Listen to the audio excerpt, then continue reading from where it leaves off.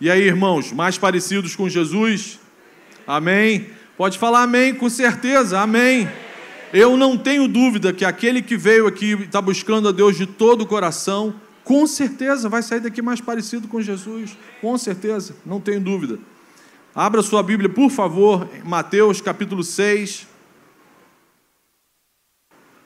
Você que nos acompanha pela internet, não esqueci de vocês também vão ser ricamente abençoados pelo Senhor. Meu desejo nessa manhã é meditarmos, especialmente na parte inicial do versículo 10.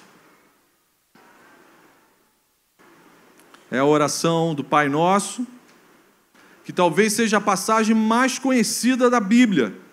Mesmo em nosso mundo pós-cristão, ela é amplamente ensinada e aprendida. Até quem não é crente, quem não confessa nenhuma expressão de fé, sabe, repetir as palavras do Pai Nosso. É muito comum nos funerais.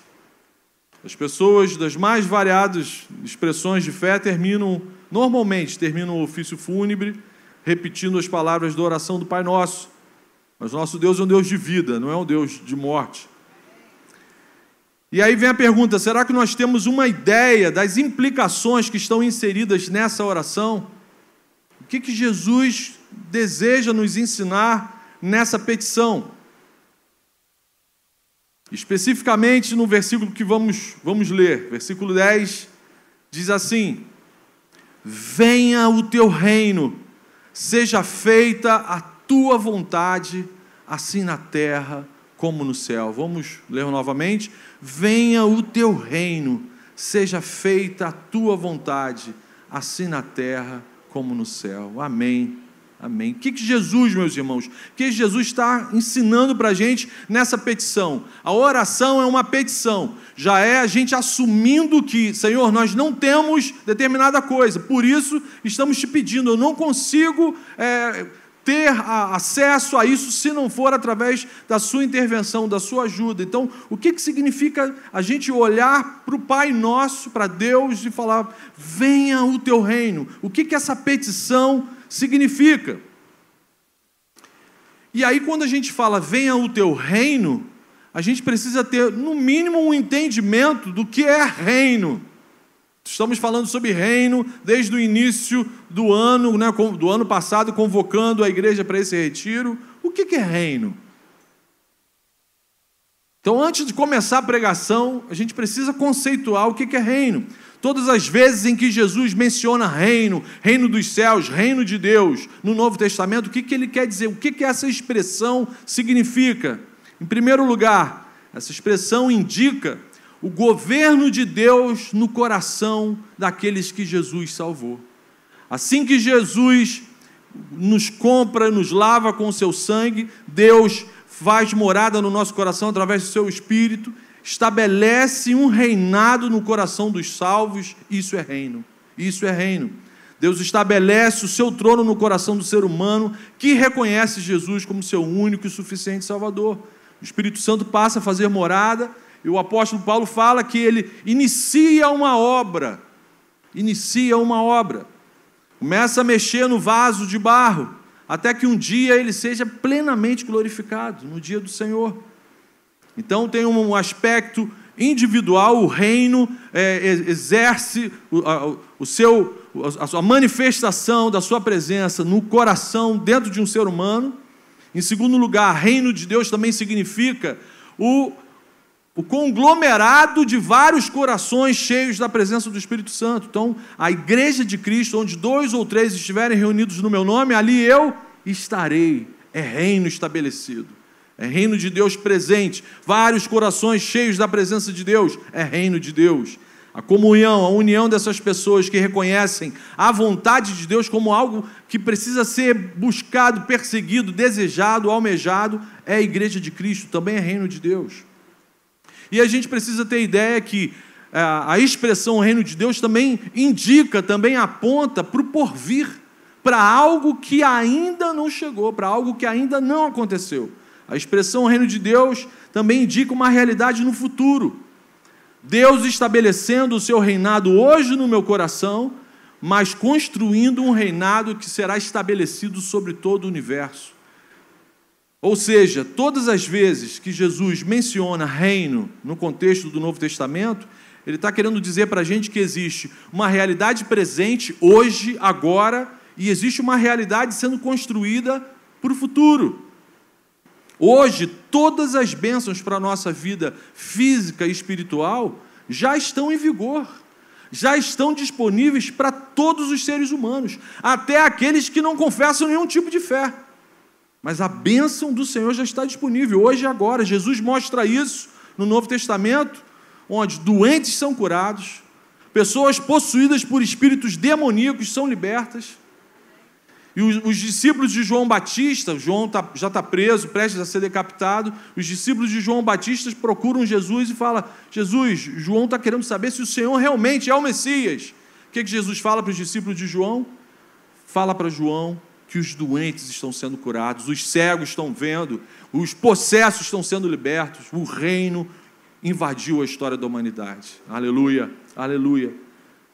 A gente não precisa mais esperar o porvir para viver o reino. Esse é o desafio do cristianismo.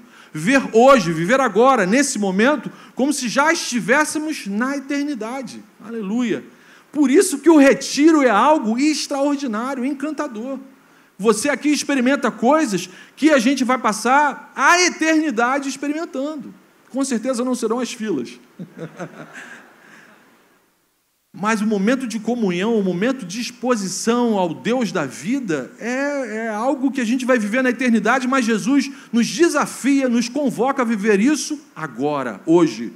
Vivam o reino, seja feita a vontade de Deus hoje nas nossas vidas. Seja testemunho do Evangelho do nosso Senhor Jesus Cristo hoje. Jesus já opera uma transformação, uma revolução de dentro para fora. Mas nossos corpos ainda não foram glorificados. Somos obra em andamento. Algumas pessoas, você já deve ter reparado, inclusive em mim, que alguns pedaços do meu corpo ainda tem muito vergalhão exposto, muita parede com chapisco. São poucos os lugares que estão com porcelanato. Tem mais reboco exposto do que qualquer outra coisa. Somos obra em andamento. Mas aquele que iniciou vai terminar essa obra. Amém? Ou seja, a expressão reino de Deus também aponta para esse crescimento, para algo que está buscando, está perseguindo a sua completude. O reino de Deus é ao mesmo tempo uma realidade presente no meio de nós, no meio da igreja, onde 2 ou 3 estiverem reunidos, mas também aponta para o novo céu e para a nova terra que está chegando, que está vindo. Aleluia! Agora que a gente já sabe um pouco do que significa o reino de Deus, vamos iniciar a pregação? Amém? 6 pessoas estão comigo, amém. Senhor, convença os outros, Senhor. Então, o que essa petição significa? Venha o teu reino. Em primeiro lugar, quando eu faço essa oração, quando eu expresso esse desejo para o Senhor, eu estou pedindo claramente para Ele: Senhor, vem reinar na minha vida. Vem ser Senhor, soberano na minha vida. A teologia chama isso de santificação. Senhor, me santifica, me separa para o Senhor. Separa os meus pensamentos para o Senhor. Separa o meu olhar, os meus ouvidos, a minha língua indomável para o Senhor. Mas aí alguém pode perguntar: ué, mas Ele não é o soberano já da nossa vida? Nosso Rei Jesus já não controla tudo? Não na plenitude que a gente imagina. Jesus não nos rege na plenitude que nós imaginamos. Evidentemente, a falha não se encontra em Jesus. A falha se encontra na gente, irmãos. Nós ainda habitamos corpos marcados por uma natureza caída, por uma natureza que foi deformada pela queda. Por isso, esse ser todo-poderoso, o Senhor do universo, Ele poderia simplesmente, no curso da nossa existência, entrar na nossa história, tomar as rédeas da nossa vida e exercer pleno e total domínio sobre a gente. Mas a lei do reino é a graça. Aprendemos ontem com Jonatas. A lei do reino é a graça, guarde isso. Nossa salvação foi um decreto antes da fundação do mundo, mas a nossa santificação depende de um relacionamento de amor. Depende de uma construção de desejo, de petições. Senhor, eu quero. Nossa santificação depende de uma decisão intencional da gente tirar de dentro do nosso coração os entulhos do pecado. A herança que Adão e Eva deixaram dentro do nosso coração. Jesus não vai nos violentar nesse sentido. Jesus não vai tomar as rédeas, agora sou eu que mando. Ajoelha aí e ora. Isso não vai acontecer. Ele nos amou, Ele nos adotou, Ele nos transformou em filhos legítimos. É relação de pai e filho. Ele não nos comprou do império das trevas para nos transformar em escravos, em robozinhos do reino dele. Não. Ele nos comprou para nos tornar filhos. Aleluia, aleluia, glória a Deus. Fomos chamados por Deus para vivermos no reino do Filho do seu amor. Aleluia. Onde que você vai encontrar algo assim, meu irmão? Que história é essa? E aí Deus nos presenteou com consciência, com vontades, com desejos. Todas as outras criaturas na face da terra são guiadas por instintos, por reações bioquímicas programadas pelo Criador. Nós não. Por isso somos a pérola da criação, somos a sua imagem e semelhança. Para que venha o teu reino e seja feita a tua vontade na minha vida, é necessário que a gente se torne recipientes voluntários dessa graça maravilhosa. E aí o nome disso é santificação. Eu estou assumindo um compromisso com esse Deus do amor, de me separar, de me limpar, de tirar todo o lixo, para que Jesus entre com as joias da coroa. Aleluia, vaso de barro, cheio de coisa torta, mas que vai ficar cheio da preciosidade do reino. Eu estou assumindo com o Senhor que eu vou jogar os entulhos, a herança do velho Adão fora. Nosso coração precisa oferecer espaço para o Senhor reinar. Eu preciso tomar minha cruz todo dia, preciso me negar todo dia, preciso jogar fora os vestígios da minha justiça própria, de que eu sou merecedor de alguma coisa. Ele não poderia ter feito isso comigo, ele não poderia ter entrado na minha frente, na fila.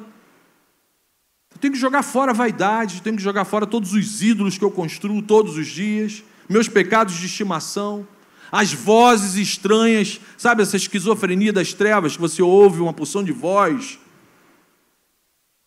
todos os lixos.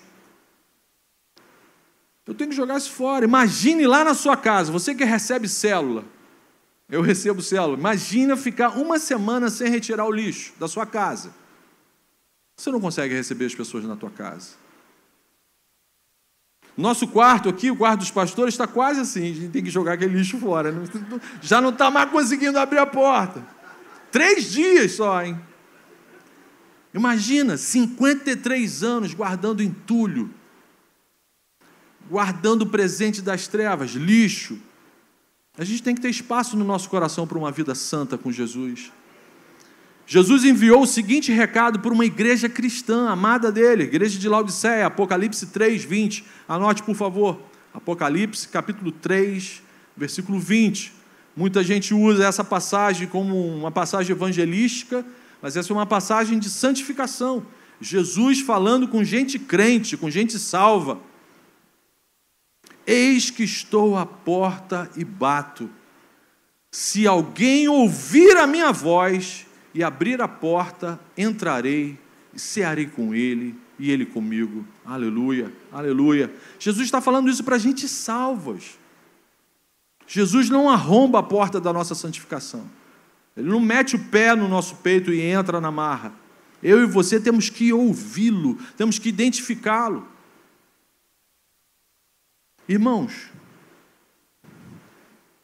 por que a gente não abre a porta para Jesus todo dia? Que isso, Marcão? Todo dia eu abro a porta para Jesus. Será?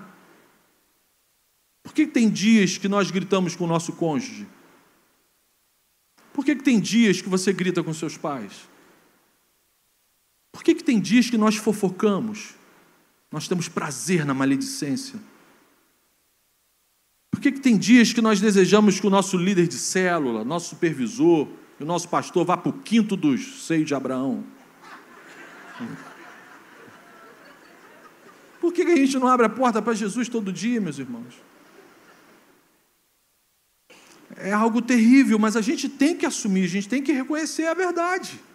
Mesmo após a salvação, mesmo após o batismo do Eloy e do Luiz, eles vão perceber daqui a pouco que o velho Adão continua se contorcendo aqui dentro.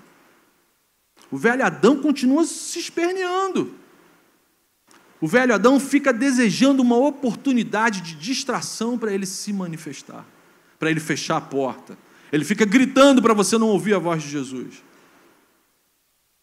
O velho Adão continua querendo que só a vontade dele seja feita, que só o reino dele seja glorificado. Assim é a vida de alguns cristãos. Oramos com facilidade, venha o teu reino, Senhor, mas seja feita só a minha vontade, tá bom? Está entendendo? Está ouvindo? É tanto lixo acumulado que a porta fica emperrada, às vezes não abre. Irmãos, preste atenção. Algumas atividades que gostamos, coisas que curtimos por aí nas redes sociais, coisas que lemos, assistimos, consumimos, queimamos, são incompatíveis com o reino de Deus e com a vontade de Deus. São incompatíveis. Por isso a oração é uma súplica, é um pedido de socorro. Nós assumindo que não temos condição de viver dessa maneira se Ele não vir o nosso socorro. Porque a minha vontade compete o tempo inteiro com a vontade do Senhor. Por isso a necessidade urgente e diária de nos santificarmos. E aí como que um cristão se santifica? Vamos de forma prática conversar sobre isso. Jeremias falou, vamos ter que buscar a Deus de todo o coração. Esforço, demanda esforço, dedicação, investimento, preocupação, agendamento. Eu tenho que separar esse momento para buscar o Senhor, eu tenho que separar esse momento para orar, eu tenho que separar um momento para ler a palavra, eu tenho que separar um momento para falar com o meu Senhor, que eu quero ser cheio do Espírito Santo. Amém? Isso não acontece naturalmente. Você não vai estar andando na rua, no pátio da igreja, e de repente, lá abaixo. Não vai acontecer. Demanda investimento, desejo, expressão de amor, de intenção, para que isso aconteça de verdade. Se você não lê a Bíblia, você jamais saberá qual é a vontade de Deus para a sua vida. Seja feita a sua vontade. Aí ele vai perguntar, você sabe qual é a minha vontade? Não sei, mas deve ser boa. Você tem que conhecer a palavra, você tem que conhecer a Bíblia. Como que eu sei no meu dia a dia discernir se isso que eu estou desejando agora é vontade de Deus, é vontade da minha carne ou é vontade de Satanás que está me tentando? Como que você consegue discernir? Como que você consegue enfrentar as tentações sem ter o conhecimento do que é realmente a vontade de Deus para a nossa vida? Como que eu não sei se isso que eu estou sentindo agora, essa vontade, Deus está me falando, está falando mesmo? Que Deus é esse? Com D maiúsculo, D minúsculo, ou um D pintado de vermelho cheio de enxofre em volta? A gente só consegue discernir a vontade de Deus se eu tiver o conhecimento dessa vontade, que foi revelada de forma especial nas Santas Escrituras. O profeta Oséias capítulo 4, versículo 6, Oséias 4, versículo 6, diz assim: o meu povo foi destruído por falta de conhecimento. Conhecimento de quê? Da palavra. E aí Jesus, o mesmo Espírito que estava operando na vida de Oséias, Jesus mostra também, Mateus 22, versículo 29. Mateus 22, anota aí, versículo 29. Vocês erram, vocês confundem suas vontades, os seus desejos e erram, porque não conhecem as Escrituras nem o poder de Deus. Se você não investir em oração, em estudo e conhecimento da palavra, com certeza você vai obedecer muito mais às suas vontades do que à vontade de Deus. Pior, corre o risco de você, cristão, antigo no reino, obedecer vontades do inimigo da tua alma do que obedecer às vontades do Deus da vida. Eu e você, a gente precisa ser exposto à palavra todos os dias. Por isso que eu retiro uma bênção. Você inicia o dia orando. Logo depois, um devocional a sós com Deus. Depois, exposição da palavra. Depois, comunhão, serviço. Por isso que eu tenho certeza que a gente vai sair daqui mais parecido com Jesus. Aleluia, aleluia. Em segundo lugar, quando eu falo, venha o teu reino, Jesus, por favor, venha o teu reino, a gente está pedindo que o reino dele seja espalhado sobre todos os seres humanos na minha volta, na terra. Senhor, eu quero que o seu governo reine todas as pessoas na minha volta. Se está sendo bom para mim, vai ser bom para todo mundo, Senhor. O nome disso é evangelização. Senhor, me ajude a espalhar o seu reino, a sua vontade para todo mundo à minha volta. Irmãos, você tem que ser lembrado disso. Existem hoje no mundo mais pessoas no reino das trevas do que no reino do Filho do seu amor. Por isso, assim que Jesus nos salva, Ele também nos dá uma missão. Ele nos salva para a gente brincar na Disneylândia gospel. Agora eu estou no céu. Não. Amiguinho, está aqui, ó, instrumento de guerra. Agora você vai para a guerra. Você tem uma missão. Que é isso, Jesus? Você não é o Deus da paz? Mas o mundo que você vive está um caos. Assim que a gente entra no reino de Deus, Ele nos dá uma missão. Façam discípulos. Façam com que outras pessoas se apaixonem por mim. E aí existem mais pessoas nesse mundo servindo a Satanás do que servindo a Jesus. Em Gênesis 3, essa passagem me persegue, né? Pecador tem que ser perseguido por Gênesis 3.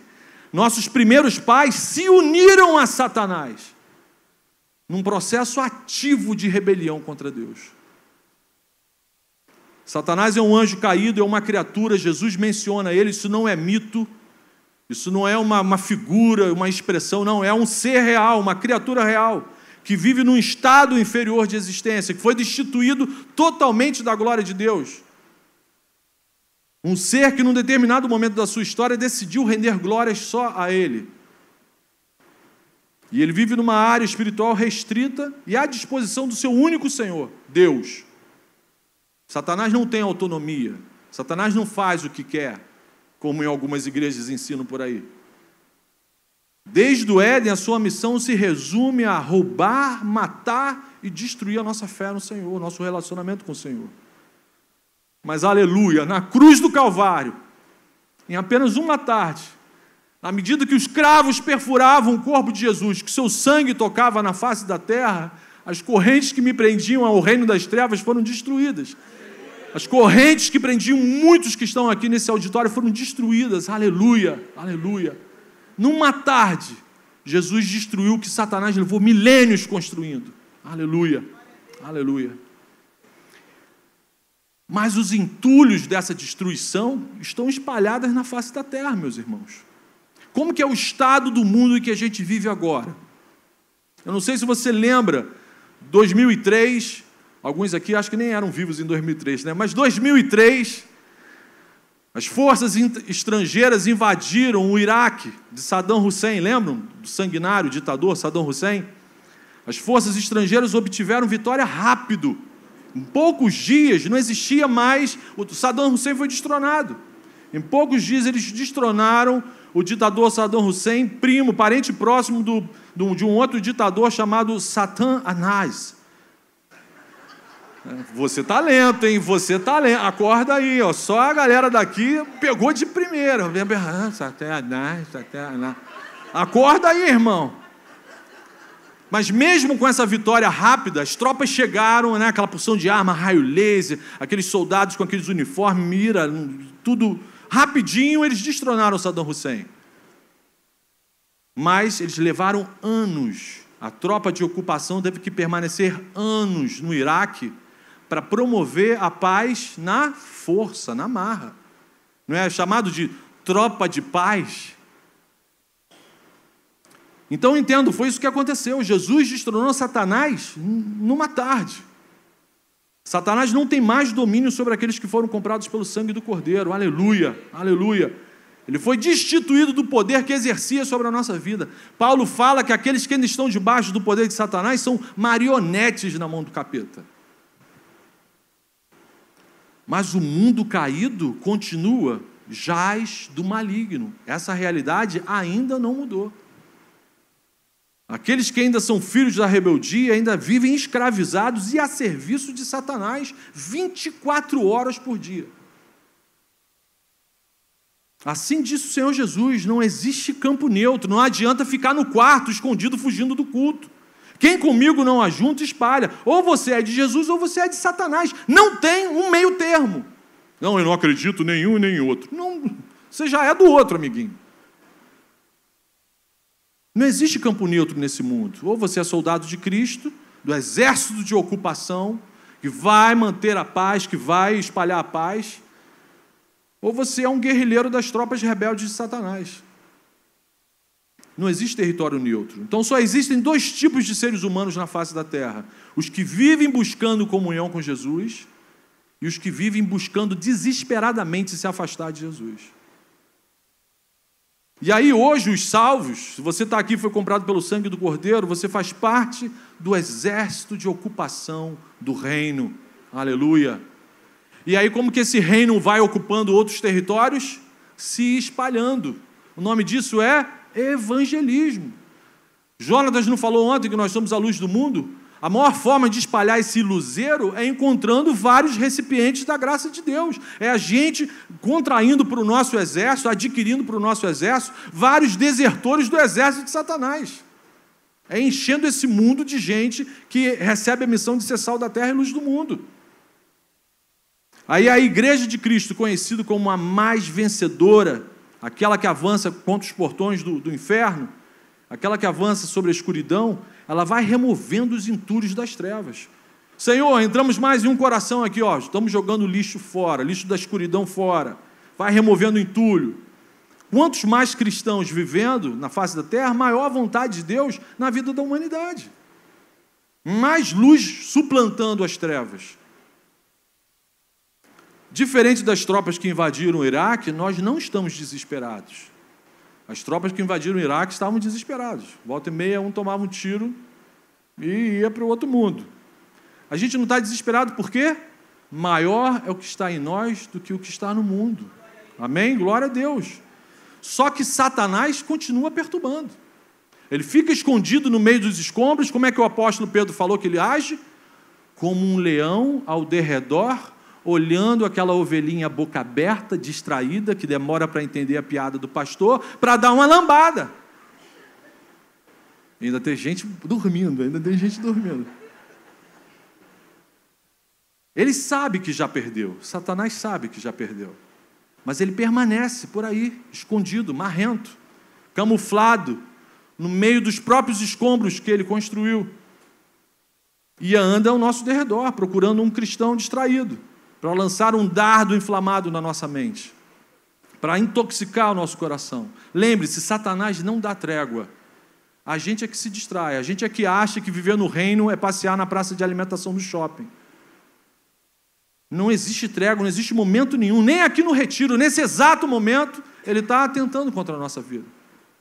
Ele está usando o calor para te distrair, ele está usando o sono do teu corpo físico cansado, a sede. As redes sociais, aquela tentação de olhar, apareceu uma mensagenzinha agora aí na tela do teu celular. Clica, vai, clica. Ele está usando esses irmãos que insistem em ficar conversando durante a pregação. Repreende, bota a mão na cabeça. Fique em silêncio, criatura. Nós somos o alvo primário, principal dos seus ataques. Antes de Jesus éramos suas marionetes. Agora, depois de Jesus, nós somos o pesadelo de Satanás. Amém? Nós somos o pesadelo de Satanás. Por isso que a Bíblia fala que ele é o inimigo das nossas almas. Por isso a luta é diária. Se você não for um soldado bem preparado, se você não tiver um conhecimento profundo das Escrituras, você é um soldado despreparado. Os dardos vão te atingir com facilidade. Você vai se machucar com muita facilidade. Como que você vai cumprir a sua missão de ser sal da terra, de evangelizar as pessoas, se você não tem um revestimento mínimo da couraça, da proteção, do escudo da palavra te protegendo? Quando eu oro, venha o teu reino, essa oração tem tudo a ver com o ardor missionário, com desejo de evangelizar e com desejo urgente de evangelizar. Porque se a gente está em guerra, se somos uma tropa de ocupação, a gente não está passeando. Tudo que eu tenho que fazer com organização, com decência, mas com urgência. A gente não pode achar que é normal passar uma semana sem falar de Jesus com quem quer que seja. Isso não é normal, meu irmão, é uma tragédia. Você constatar que passou 7 dias da tua vida sem dar um passo para avançar o reino. Por isso que a gente tem que fazer exatamente aquilo que Daniel estava falando ontem. Entra no elevador, encontrou alguém, bom dia, já falou com Jesus hoje? Aí o cara fala, ih, meu Deus. Você começa a conversar. Eu falei com Jesus hoje, qual é o seu nome? Vou orar por você. Tem uma reunião de célula aqui no prédio. Meu irmão, a gente tem que ser ousado, o evangelismo tem que ser urgente. Tem que ser urgente. Deixa claro que você é um soldado fanático por Jesus. Chega de pudor, chega de politicamente correto. As pessoas estão sendo manipuladas por Satanás, a gente acha isso normal. Então, mais um ano que o meu cônjuge vive sem conhecer o Senhor, eu estou orando por ele. E só é ação, oração. Quantas vezes nessa semana você pensou nesse assunto? Quantas pessoas você convidou na semana passada para irem na sua célula? Quantas pessoas nós convidamos, não crentes, para virem no retiro? Querido, até o momento da segunda vida de Jesus Cristo, há uma necessidade urgente de evangelizarmos. Porque, embora o reino já esteja aqui no nosso coração, o novo céu e a nova terra ainda não vieram, ainda não chegaram. Tem muita gente desesperada sem Jesus. Então, a gente precisa falar claramente para as pessoas qual é o Deus que a gente serve, qual é o rei que reina na nossa vida, e que ele pode passar para esse exército também. Então, venha o teu reino é claramente uma oração para o progresso da atividade missionária, para o progresso do evangelismo, e esse feito com urgência. Em terceiro lugar, quando a gente ora, vem o teu reino, a gente está rogando a Deus, Senhor, Maranata, Maranata, Senhor, venha logo, estou com saudade da nova Jerusalém, do novo céu, da nova terra, vem, Senhor. Eu estou orando, pedindo para que Jesus volte logo. Essa é a parte escatológica da oração. Venha o teu reino, que clama pela vinda do noivo. A noiva tem que ter saudade do noivo, meu irmão. Apocalipse 22, versículo 17. Anota aí, Apocalipse 22, versículo 17. Diz o seguinte: o Espírito e a noiva dizem, vem. O Espírito Santo e a noiva dizem, vem. Se o Espírito de Deus clama pela volta de Jesus, como que eu e você não vamos clamar? Nós, a igreja, a noiva de Cristo, temos que manifestar esse desejo diário. Nossas orações precisam ser permeadas por esse desejo. Senhor, volta logo. Senhor, eu não posso me acostumar com esse mundo, Senhor. Eu não posso me acostumar com o mundo ocupado. Eu não posso me acostumar com as preocupações, com os desejos, com os sonhos de consumo desse mundo, Senhor. Volta logo, volta logo. Eu tenho que demonstrar saudades do Senhor da igreja todo dia, todo dia. Guardem isso. Só existe um reino plenamente instaurado quando o rei está presente nesse lugar. Só existe um reino plenamente instaurado quando o rei está presente. O Brasil, dizem, os professores de história, que foi descoberto em 1500 pelos portugueses. Podia ser por um outro povo, Mas, enfim, hoje eu sou cidadão português, viu, Marco Aurélio? Cadê Marco Aurélio? Oi, Patrício. Os patrícios descobriram isso aqui em 1500. Mas até 1814, o Brasil era apenas uma colônia portuguesa. Mas em 1815, olha só, de 1500 até 1814, pergunta para a prova do Enem, profético isso, hein? De 1500 até 1814, o Brasil era só uma colônia. O que aconteceu em 1815? Dom João e a sua família real vieram de Portugal para o Brasil morar. E aí a colônia se tornou o quê? O Reino Unido de Portugal. Só quando o rei está presente, existe um reino plenamente implantado. O rei tem que estar presente, meus irmãos. Por isso que eu e você, servos desse rei, soldados desse rei, temos que clamar todos os dias: vem, Senhor Jesus, Maranata, vem, Senhor Jesus, vem. A Nova Jerusalém tem que estar no meio do seu povo. A primeira vez que Jesus veio ao mundo, ele veio como Cordeiro de Deus. Agora nós aguardamos o Rei dos Reis, o Senhor dos Senhores, o Leão da tribo de Judá, aleluia, aleluia, que vai concluir a obra que ele iniciou. Estou convencido de que aquele que começou boa obra em vocês vai completá-la até o dia de Cristo Jesus, aleluia. E que dia é esse, meu irmão? Qual é o dia de Cristo Jesus? É o dia da sua segunda vinda, quando todo olho verá, toda a língua confessará, todo joelho se dobrará e vai falar isso: Jesus Cristo é o Senhor. Os ateus, os crentes, os agnósticos, os qualquer coisa, toda a língua confessará que Jesus é o Senhor. E aí o novo céu e a nova terra e toda a glória do Senhor, nossos corpos glorificados, a gente precisa desejar isso todo dia, meu irmão, e expressar isso. Eu quero concluir com a música que cantamos hoje.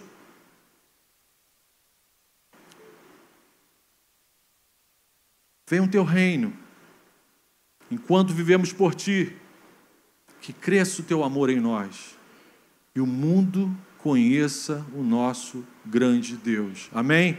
Amém? Só que eu não vou concluir agora não. Vamos para as aplicações. O pastor está distraído também. Vamos para as aplicações. Foi só para você fazer aquele: ele vai orar agora. Não, agora não, daqui a pouco. Mas é rápido, é rápido. Aplicação, eu já vim expondo as aplicações durante a pregação. Primeira aplicação: santifique-se. Livre-se dos entulhos, orgulho, vaidade, egoísmo, soberba. Joga isso tudo fora, meu irmão. Tudo que não é do reino de Deus tem que ser jogado fora. Jesus está à porta batendo, ele não vai arrombar. Então abre espaço para Jesus entrar, arruma seu coração para o rei entrar. Ore, busque o Espírito Santo. Senhor, eu quero ter experiências diárias com o teu Espírito Santo. Senhor, me batiza, Senhor, me dá os dons, Senhor. Quero falar em línguas, eu quero orar, eu quero profetizar. Quero ter o dom de discernimento do irmão, dom de discernimento de espírito. Quando você ouve uma conversinha, e isso aí é do enxofre. Dom de discernimento do espírito, você tem que pedir isso para o Senhor. Senhor, eu quero ser hospitaleiro, quero que a minha casa receba grupos pequenos na minha casa, Senhor. Dons do Espírito Santo. Como que anda seu equipamento de guerra? Como que anda o seu conhecimento da palavra? Meu irmão, a gente vai iniciar a leitura bíblica. Se inscreva, tenha sede disso. Santifique-se, assuma um compromisso com Jesus, de ler a Bíblia, de participar de todos os finais de semana de treinamento, de ser discipulado e de discipular. Assuma um compromisso, por amor a Jesus, santifique-se. Segunda aplicação, agora estou correndo, isso, escreve rápido. Evangelize urgentemente, urgentemente. O maior luzeiro que podemos espalhar nesse mundo de trevas é a pregação do Evangelho. A melhor forma da gente expandir o reino de Deus é pregando Jesus com urgência para todo mundo. De forma ousada, a gente tem que falar de Jesus para todo mundo. Terceira aplicação: clame diariamente pela volta de Jesus. Traga para suas orações diárias essa manifestação de saudade, esse desejo. Jesus, volta logo, Senhor. Venha o teu reino. Desejamos te contemplar face a face, Senhor. Maranata. Maranata é uma palavra em aramaico que significa isso. Vem, volta logo. Feche os seus olhos, vamos orar. Que o Senhor nos ajude na aplicação dessa mensagem e que a gente viva o amor dele em nós e que o mundo conheça o nosso grande Deus. Aleluia. Senhor Jesus, vem, Senhor, vem, Senhor. Vem o teu reino, Senhor. Que a tua graça, o teu poder, o teu amor nos ajude, Senhor, nesse processo de ficarmos cada dia mais parecidos com o Senhor. Santifica-nos, Senhor. Santifica a tua igreja com a tua palavra, Senhor. Perdoa os nossos pecados, Senhor. Perdoa o pouco investimento no estudo da tua palavra, Senhor. O pouco que investimos em nosso tempo de oração, Senhor. Misericórdia, Senhor.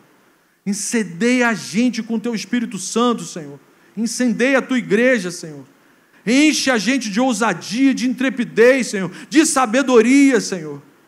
Quando falarmos de Jesus para as outras pessoas que ainda não te conhecem, Senhor, que elas vejam o Senhor brilhando no nosso rosto, Senhor.